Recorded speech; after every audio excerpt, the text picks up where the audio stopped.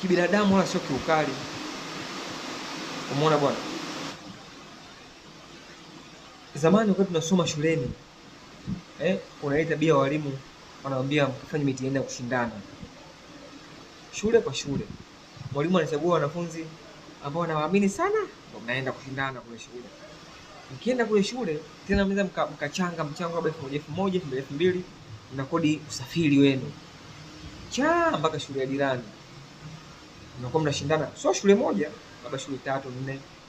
Mnafanya mitihani ya kupimana. Kwa nzuri sana walimu wako wanafanya kujenga ufahamu, urafiki, ushirikiano na kuinua taaluma na uelewa wa wanafunzi. Umeona bwana? Na ile hali ya kujiamini kwa sababu mnachangamana na wanafunzi wengine.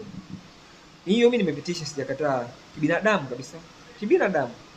Sahihi kabisa. Lakini sasa kibinadamu inakuwaje mwalimu baada ya kufanya mitihani anaandika majibu kwenye ubao? Anaandika majibu ubaoni. Alafu mbaya zaidi anatubadilishia ile mitihani, yani mitihani ya shule hii anawapa shule hii, tunasaishiana. Kibinadamu wewe mbona iko sawa? Yani mwalimu mmefanya mtihani, mmesafiri, mmelipa nauli, mmeenda pale na usafiri wenu kama ni mbali kidogo. Haya, mmefika pale, mna bajeti ya kula labda asubuhi ile.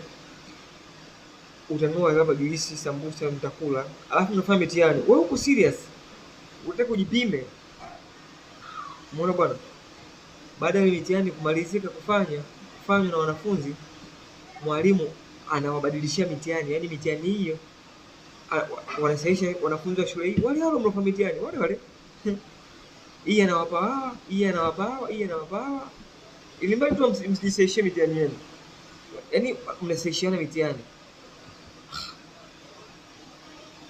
Kibinadamu unaona iko sawa hiyo? Kibinadamu kabisa.